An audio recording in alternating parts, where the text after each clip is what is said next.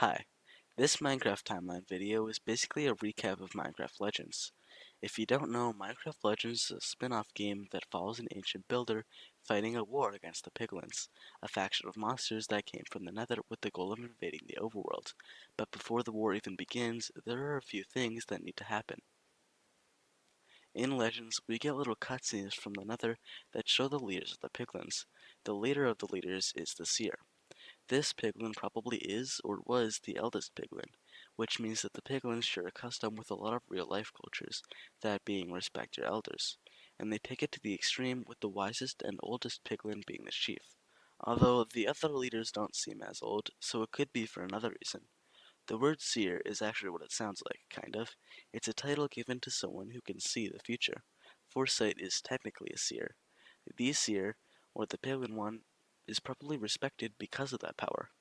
Speaking of power, I actually want to be focusing on the source of the power, not the origins of Piglin hierarchy. When we see this here, we see it with some sort of rotating cube known as the Heart of Ender, which I believe literally explains its own lore.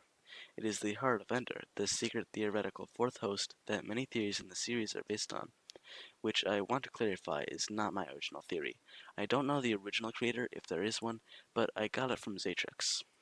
The Heart of Ender is also more commonly known as the Orb of Dominance, seen also in Minecraft Dungeons and the Minecraft movie, although that was a name given to it before it was discovered that it belonged to Ender, and is less self-explanatory than Heart of Ender. It's also pretty counterintuitive. It's a cube, not an orb, and it's not like there aren't circular items in Minecraft.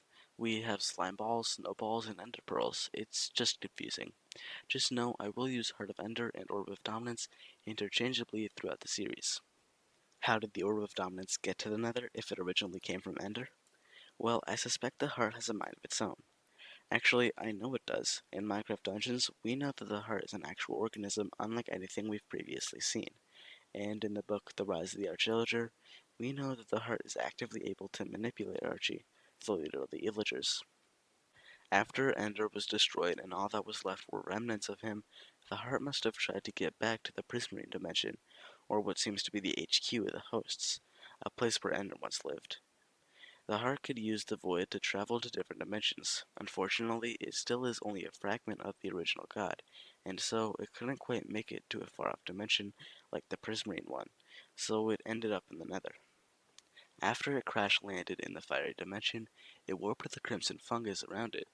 It was at this point that the warped forest was born and its unique flora was met with the Nether. I'm not sure whether the warped forest exists elsewhere, like some faraway place in the end, as the oddity of its wildlife definitely originates from the properties of the void or end. That's also the reason so many Endermen are able to teleport to the warped forest. It's been so close to the void ever since the Heart of Ender corrupted it. Anyway, it would then be found by a group of piglins that would take it to the seer, their elder. The heart could then in turn use the seer, as it will eventually do with Archie, to take the overworld for itself and then control the hosts. This may have been the goal of Ender himself, and the heart is carrying on his legacy. The piglins had always wanted to take the overworld for themselves, so it worked out pretty well. They wanted to invade the overworld for its land and resources. The piglins originate from the regular pigs in the overworld, so they, especially the older ones like the seer, remember how beautiful it was. We also know they like gold, and while the nether has plenty of it in comparison to other dimensions, the piglins might have believed that if the overworld had other resources, maybe it had more gold as well. I doubt the ancient builders ever brought the pigs underground, so they couldn't have known whether or not the overworld had a lot of gold. The only thing stopping the piglins from invading the overworld were the means. But now, with the Orb of Dominance, the Seer could finally command the piglins into battle. All they needed to do was gather the obsidian that the builders left behind to construct portals, specifically ones massive enough to allow armies of pigs into the overworld at once. Before the orb, the piglins weren't coordinated or smart enough to build the portals. Either that or it was just too risky without the orb's abilities at hand. So the seer and the rest of the pigs commenced their plan to invade the overworld, and as the first portals were created, the Great Piglin War officially began. When the first portal of the war opened, the hosts got nervous. The piglins used nether spreaders to spread fungus such as netherrack and corrupt the overworld. This way, they could still take the overworld resources for themselves while still being able to thrive in the nether conditions they're used to. Unfortunately, the hosts could not do much. Despite being the creators and caretakers of the overworld, they lose their physical form when outside of their home dimension. Their home dimension, if you don't know, is made almost entirely of sacred prismarine, the same stuff they give to the ancient builders who would then make monuments for them. This dimension was the first one ever to be created, or at least the earliest one that we know of, and as I said, acts as the headquarters for the hosts, where they can create, tinker, and care for the overworld all they want. Unfortunately, they are only able to maintain a physical form in this dimension. Otherwise, even if they're in the overworld, they cannot directly interact. The only way is to use their powers to do something. Normally, Ender could just destroy the piglins and their structures, being the host of destruction. However, he wasn't there anymore. Ender became corrupt, and the other hosts had to tear him apart to stop his reign of terror. But Ender was the host of destruction, and the others were not, so they couldn't erase him from the universe entirely, leaving parts of him scattered about, such as the heart which kicked off this whole mess. So the hosts can't access Ender's powers, but some of their creations can. Mortals can technically use Ender's powers as well as the other hosts' magic, since they and everything created by the hosts are a descendant of all four of them, and have a bit of each of their properties. To picture this better, imagine two parents and a kid. The parents aren't related, but each of them are related to the child who shares DNA with both of them. So, in order to stop the piglins, the host's last resort was to use something below them, like one of their creations, who can directly interact with the overworld and destroy things. An ancient builder would have been perfect. They were the smartest creation yet, and weren't pacifists like the villagers, meaning they'd excel at war. The fact that the builders knew exactly what to do the second the piglins invaded may mean that they've actually used this method before. For what, I'm not sure. But there was a bit of a roadblock. See, the hosts couldn't find the builders. Most of them had either been zombified or traveled to another dimension, and the rest were somewhere else in the overworld, and the hosts weren't bothered to look for them. Instead, they were going to do something I'm still confused about to this day. If you've ever played Minecraft Legends, you may remember that the player got to the world of Legends through a portal created by the hosts. Using this thing in their home dimension, they created a wormhole to another place to take a builder to the war location so they could fight against the Nether. But this part is especially mysterious because I don't think this builder we're seeing is from the same world as the hosts. First of all, they ask us to help their world, not the world. Also, we see the dragon egg on display in this builder's world, which wouldn't be possible unless they already defeated the dragon. And we know Legends takes place before the regular game, so is this builder from the future? I mean, why wouldn't it be in the same art style as Legends? This builder has to be from modern times. But this sequence then seems oddly convoluted for Mojang to include. Why wouldn't the hosts just grab a builder from their time? There had to have been at least a few. With the limited information we're given, I doubt I could come up with an answer that doesn't require too much nonsense or speculation. All I'm pretty sure about is that the main character of Legends was like us and was taken from present day to the past by the hosts who can, using this portal thingy, time travel and create bridges between 2 points in time, apparently. The player agrees to assist them in their pursuit of saving the overworld. Once we're in the host's home dimension, they give us multiple gifts to aid us in our quest. For example, they give us a horse for extra mobility, but the other two gifts require some explaining. The Allays are small fairy-like creatures that help the player gather resources and build things.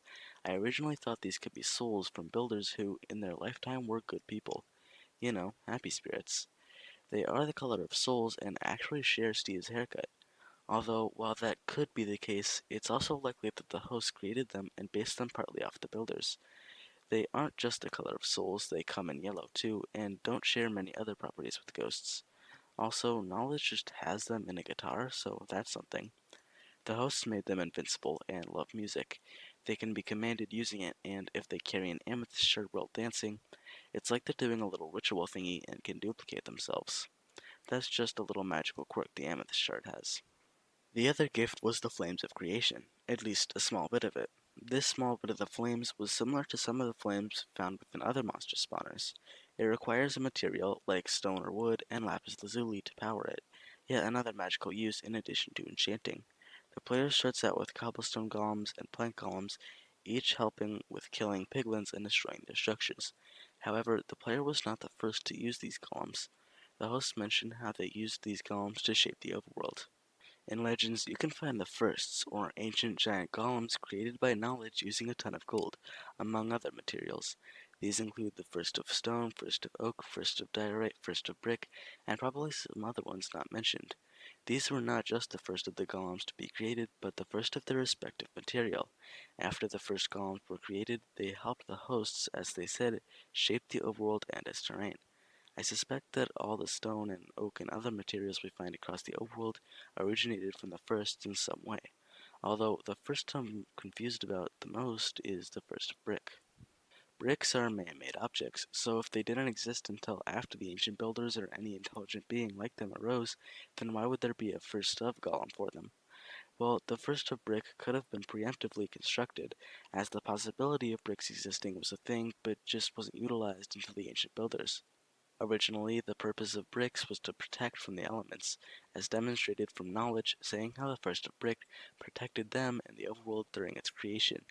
It may not have been designed to be used by creatures other than the hosts, but it inevitably was when the ancient builders and villagers needed a protective block for their walls. The specific purposes of each of the ancient golems included laying the foundation for the overworld's terrain, making forests, producing the world's first peaceful mobs, and more. Anyway, with the player getting access to the cobblestone and plank golems, which I can only imagine came from the first of stone and first of oak, as well as a flag they could use to control them, the player was finally ready to fight. Well, almost. The last thing to do is to train the player. In a specialized part of the host dimension, one where the player and anything from other dimensions could maintain their physical form, the player would practice collecting resources, building, and other things. And after that, the player was officially ready to go to war. We've somehow made it this far into the video without talking about the actual events of the war against the Piglins. The hero's journey begins at the Well of Fate. This area is connected to the training grounds that the hero was just at. This well holds an abundance of water, due to the fact that it can be infinitely created with the large amount of the flames of creation that the well holds. This water is connected to every village in the area, keeping the population alive. It's also said that it's the origin of all life in the overworld, my guess being that it provided the very first source of water, or maybe even that the flames atop the well is the exact fire that created the first life. Immediately, the host informed the hero that a village is being attacked by a group of piglins. The goal of the piglins is to overtake the overworld entirely, so their strategy is to take out parts of the overworld's population one at a time.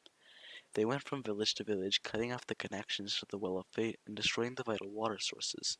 For the hero, though, these raids weren't that big of a deal.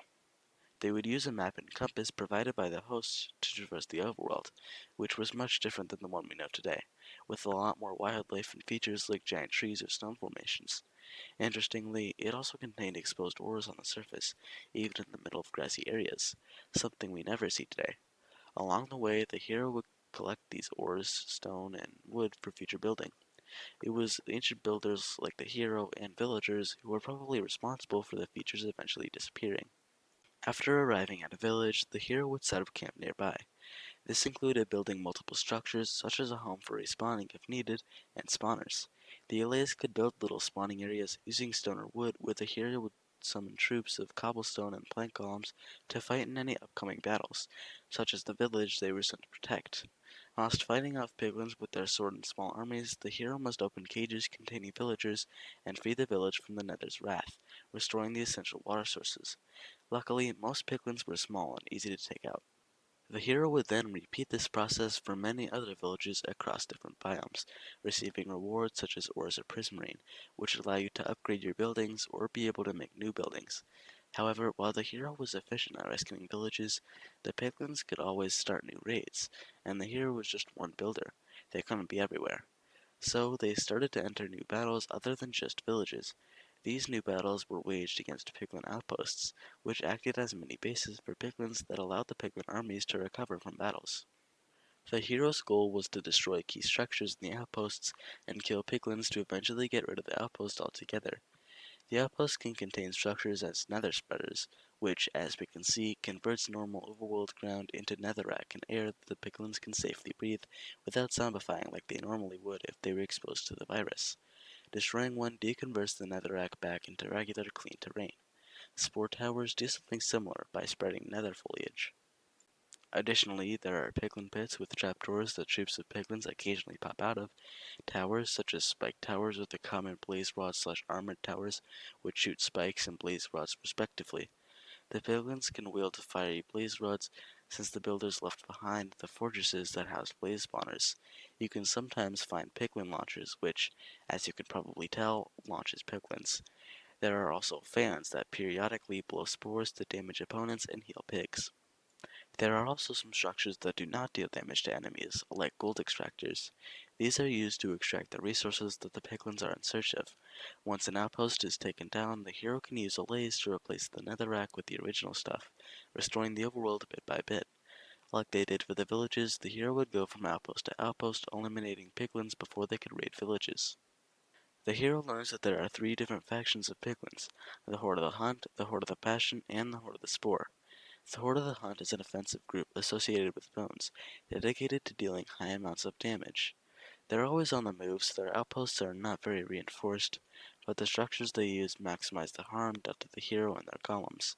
The Horde of the Bastion associates with blackstone and metal, and specializes in defense, arming their bases with tons of wall, buildings made specifically to repair other buildings, and pigs decked out with armor. The Horde of the Spore is an interesting group, associated with fungus, the kind they discovered when the Crimson Forests were corrupted. They specialize in giving debuffs like poisoning their foes, area damage like explosives, and creating obstacles by elevating their bases high above the ground. In some cutscenes, we get glimpses of the leaders of each of the hordes. This includes the Unbreakable, a giant piglin covered in body armor and a gun-like weapon attached to his arm, who leads the Horde of the Bastion. Then there's the Devourer, a gluttonous piglin who, ever since they were introduced to the mushrooms of the warped forest, could not stop eating them, growing in size and ordering piglins to gather them for him. He sometimes even eats his own kind while indulging himself in a pool of mushrooms. Lastly, we have the Horde of the Hunt, led by the Beast. He wields a large club and rides a large hoglin, which is one of the many examples of how the piglins have tamed hoglins to use in battle. The Beast is quite rebellious, often disobeying the seer, even with the Orb of Dominance. Meanwhile, back in the overworld, the hero is sent on new quests to destroy piglin bases, which are like big outposts, but they have portals which need to be destroyed. Some bases even have lava coils, which make the portal invulnerable until all of the coils are destroyed. To help the hero on their journey, knowledge gives them new allies in the form of mossy golems, which can use special water to heal other life forms, and grindstone golems, which are good for stunning and defeating large groups of enemies. The hero sets off to destroy portals like they did for the outposts, and to save zombies. Turns out, zombies, creepers, and skeletons were peaceful until now, when they started to fight back against the piglins to save their home. There were settlements once used by the ancient builders that were now being used by the aforementioned monsters. Unfortunately, these abandoned settlements were under attack, and needed the hero's help. As was done for the villages, the hero stopped the hordes of piglins and freed the zombies. Afterward, the LAs were able to learn how to make zombie spawners that could summon even more teammates. The same was done for creepers in the desert biome and skeletons in the snowy biome. With 4 different types of golems, creepers, zombies, and skeletons by their side, the hero we've been following has plenty of allies to help them take back the overworld. However, the hero also has the option to look for and reassemble the firsts. They're located in the plains, jagged peaks, a meadow, and a badlands biome, and require lots of gold to awaken. But once that's done, the hero will have 4 different, very powerful golems to send into battle, each specializing in something different. The Nether cutscenes also show us a scene of the seer using the orb to corrupt a Nether star. The star, after being placed in a beacon atop a huge Nether portal in the overworld, then has the power to black out the sun and launch the overworld into eternal darkness. Now, the piglins have much better conditions to fight in. The hero must destroy the base in order for the sun to return. It's a struggle, but the hero gets there quickly and the portal is obliterated. The sun rises once again. Due to the hero's success, the leaders of the hordes start to take matters into their own hands. Even the Devourer, who is usually very lazy and leaves the work to the smaller pigs, goes through a portal where he uses some pretty disgusting attacks to get rid of the hero once and for all. However, he is defeated and the mushrooms on his back burst. The beast is then ordered to go after the hero, and despite specializing in their offense, is knocked on the head with his own club. The Unbreakable tests his luck, but after a vigorous battle, the furnace thing on his back overheats and explodes, and the giant hog is too weakened to go on fighting. The player is just too much for the piglins. But there's another pig I've neglected to mention. As the biggest and strongest of them all, the Great Hog is the piglin that the seer is proudest of. There's clearly traces of the Orb of Dominance's power in the Great Hog's design, and after the failures of the other three, the seer uses the orb to enhance the Hog's staff, giving it a massive upgrade. The Great Hog exits a portal nearby the Well of Fate with the goal of killing the source of the water supply. He fuses his staff with the portal, granting it the ability to summon piglins from the Nether at will. The hero tries their best to get to the Well of Fate, but by the time they get there, the Great Hog is relentlessly hitting the well, to no avail. As the player navigates the now fully nethered Fatelands, the biome the well is located in, the Great Hog takes a break from trying to smash the well to kill the hero. But his attempts are futile. Just like the leader before him, he's been, in a last-ditch effort to destroy the well, he throws his staff at it. But this ends in a giant wormhole being opened that sucks all the piglins and their structures back into the nether. After that, the piglins don't try to attack the overworld again. The war is officially over. While we don't see what the seer does next, after the chaos that must have occurred in the nether, we do know what happens in the overworld. The villagers and other mobs return to peace, and the allays do their best to clean up the remaining netherrack, leaving just a few insignificant portal remnants unchecked. The creepers, zombies, and skeletons have learned how to fight, as have some villagers who were recruited by the hosts to help in a war, a detail that plays a big role in the regular game. As for the hero, they decide to leave their old world behind and stay here. There's a lot more I need to talk about, but for now, thanks for watching, and stay tuned for my next video describing the aftermath of the war.